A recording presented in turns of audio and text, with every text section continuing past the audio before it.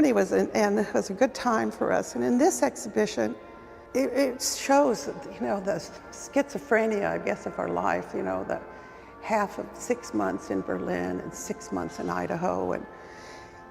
And so half of the exhibition is from what was available in the flea markets in Berlin, and the other half was available in the junk stores, because there weren't any flea markets, in Idaho. And basically what's available in Idaho is nature, and so driftwood and things like that, you know, because there's not much there.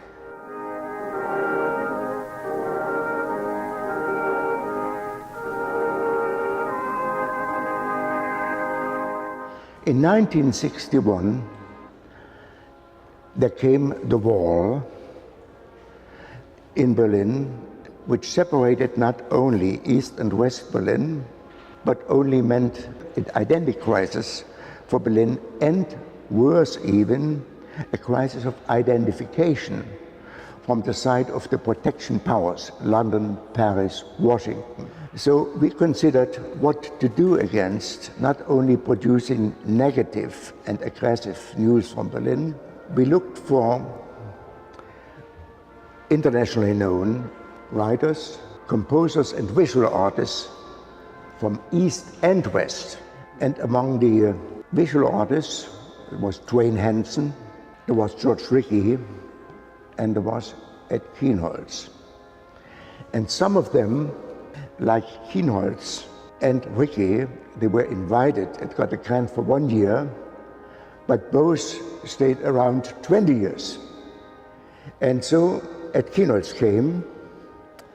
We oftentimes, on Saturday morning, Nancy and Ed and my wife and I went to one of the flea markets. We discovered for the first time the Volksempfänger, the first time we saw it. But Ed did not quite know what it was worth for, and he bought them. He approached the old poor ladies and asked, how much? Typical, how much? 1 mark, which was less than 50 cents. Too expensive, too expensive. And he traded with them, with these old poor ladies, for half an hour. Then he got it for 50 cents. And he turned away, and behind him stood Nancy and handed over 20 marks. That was his kind of compassion. That was my compassion. He wanted the 50 cents.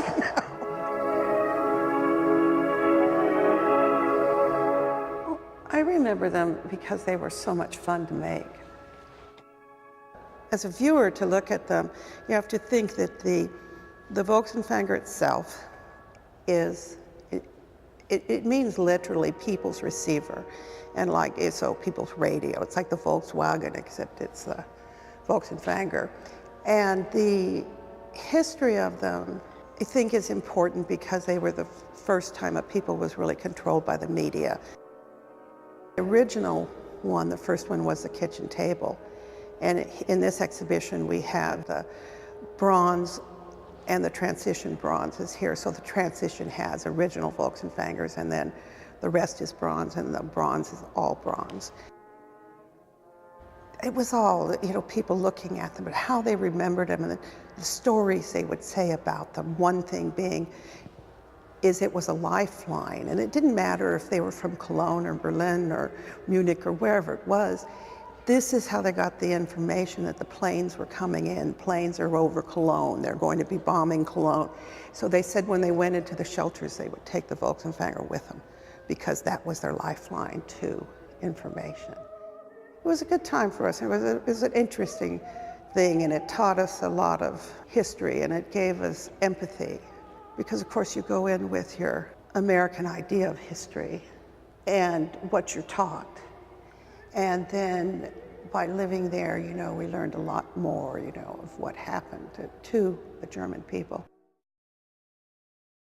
So this piece is called No Tongue. So it has the music, the Wagnerian music that would go with that character.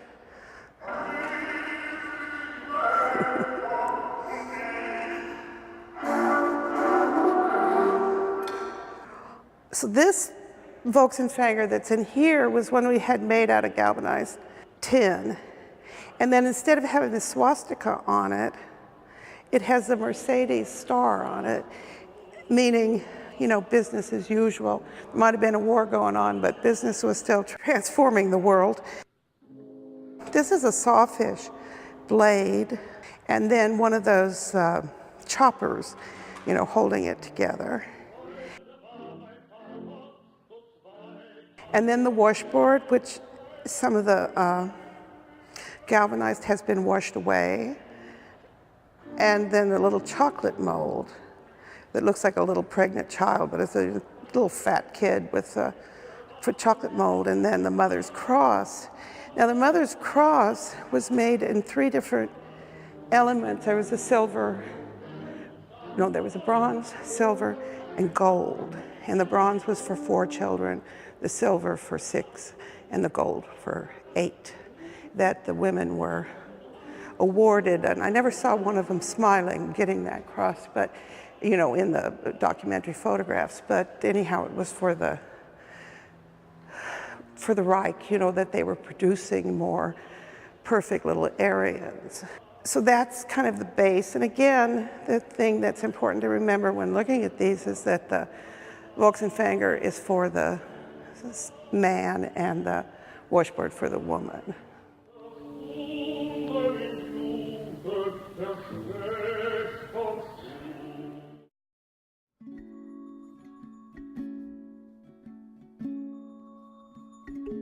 So we left Los Angeles in late 72, early 73, and went to Berlin, believing that we were going to stay there for 1 year.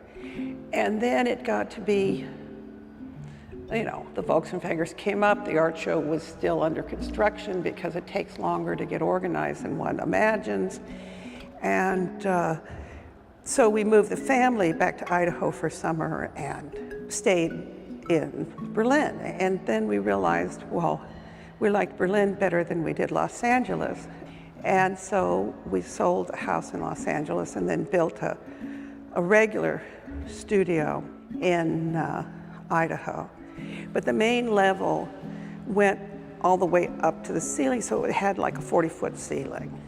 The first pieces that were made in that new space were the white easels. And in the making of them, it was, you know, Ed realized that he couldn't stand that much height, because there's going to, every piece of art that came out of there is going to be 40 feet tall, and that isn't going to work.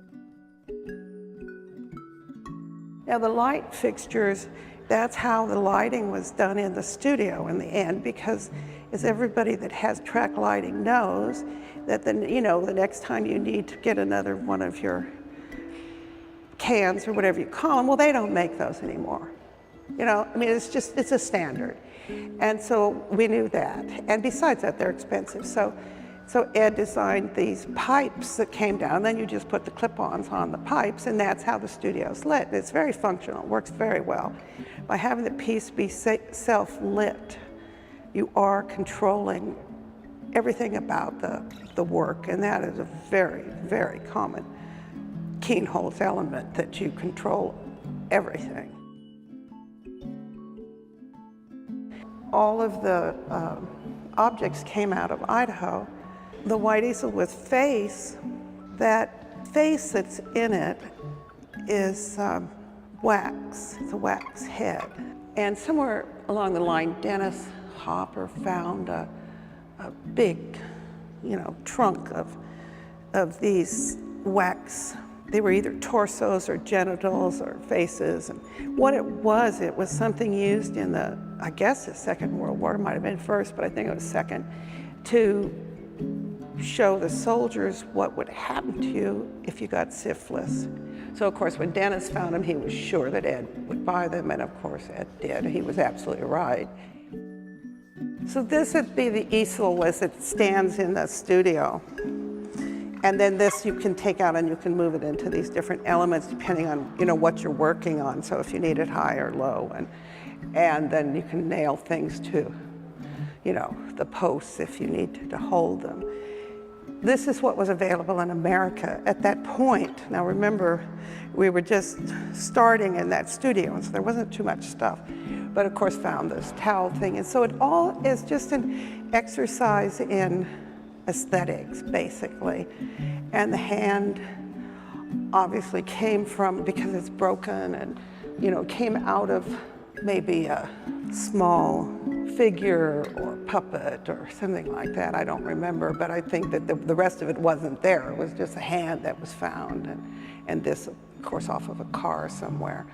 And then the light fixtures, as they are in the studio, except we do have switches on the walls rather than, little pull things. And it's funny that this has a bent nail on it in a way, because one of Ed's things was, for the construction of the studio or any of the buildings that were built, any carpenter that bent over a nail was fired. I mean, that would be clear the first day in. There would be no bending of nails. You had to pull that nail and you had to put another one in. So it's kind of funny to me that maybe he did that just as to the carpenters that worked there. I'm not sure, but it's a strange one.